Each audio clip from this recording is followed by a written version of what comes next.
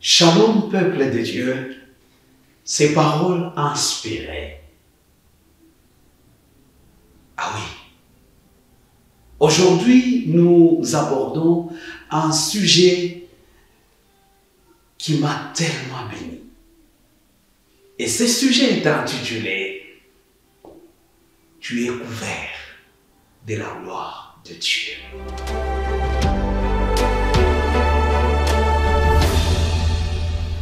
Tu es couvert de la gloire de Dieu. La gloire, tout le monde en désire. Et surtout, chez les politiciens, vous verrez qu'il va accepter de dépenser beaucoup d'argent pour juste que son nom soit connu de tous. La gloire. Aucune personne dans ce monde désire vivre une vie sous peine, angoisse, maltraitée, une vie de déconsidération. Chacun aime la gloire. Est-ce que nous pouvons feuilleter la Bible et recevoir la sagesse de la part du Seigneur? Lisons la Bible. Nous sommes dans le livre de Genèse, chapitre 3, le verset 10. Jusqu'à 10, son deuxième strophe. La Bible dit, il répondit. Là, c'est Adam qui répond. J'ai entendu ta voix dans le jardin et j'ai eu peur parce que je suis nu et je me suis caché. Savez-vous comment Dieu a embelli la vie d'Adam? Adam était rempli de la gloire de Dieu. La sagesse du Seigneur reposait sur Adam. Et la Bible nous dit lors de la création, c'est Adam qui a donné le nom à tous les animaux. Alors un jour, Adam se cacha devant Dieu. Et il a déclaré de sa bouche lui-même qu'il était nu. Donc la nudité atteste qu'Adam n'avait plus encore cette gloire. Adam s'est retrouvé dépouillé. À cause de quoi? Le verset 11e nous dit de Genèse 3 que Dieu l'a dit, qui t'a dit que tu es nu? Et Adam, c'est le péché qui l'a rendu nu. Alors que nous découvrons que lorsque nous péchons, lorsque nous agissons très mal à l'égard des humains, nos semblables, et à l'égard de l'Éternel Dieu, nous perdons cette gloire-là.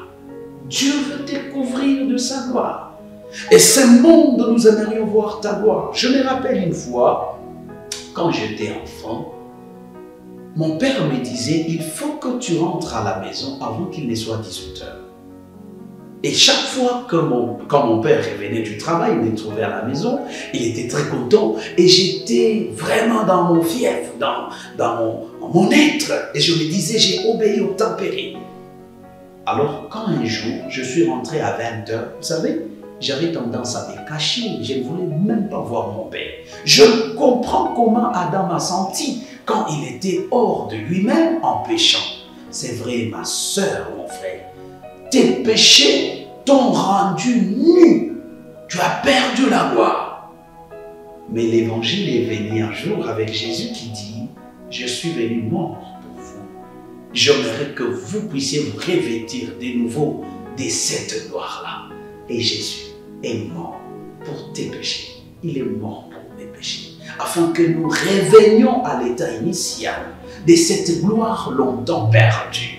Ne réside plus encore, ne reste plus dans cette vie-là d'être toujours angoissé, d'être toujours perverti par ce péché-là. Aujourd'hui, je t'invite à dire, Seigneur, donne-moi ta gloire. Seigneur, je quitte le mal. Seigneur, je quitte la honte et je désire maintenant m'approcher dans ta gloire. Tu entreras certainement dans cette gloire et tu vivras la gloire de Dieu. Aimé de Dieu, j'aimerais qu'on prie ensemble.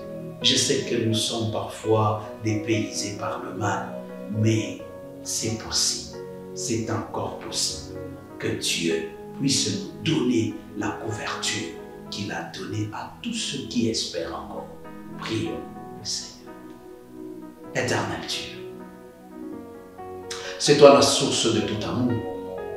Et c'est toi qui as dit, venez vous tous qui êtes chargés, fatigués. Mon frère, ma soeur, est fatigué de vivre la honte au lieu de vivre ta gloire comme une de tes créatures. Je t'en prie, Seigneur, du haut des cieux, que tu étends ta main dans la vie de mon frère et de ma soeur pour restaurer sa dignité, pour lui accorder encore de l'excellence dans le futur jour. Au nom de Jésus. Amen. Aimés de Dieu, je crois bien que vous avez aimé la vidéo. Veuillez la liker et aussi partager aux autres cette vidéo. Mais pourquoi pas vous abonner à notre chaîne YouTube Advent Media pour bénéficier de plusieurs enseignements qui vont vous édifier. Que Dieu vous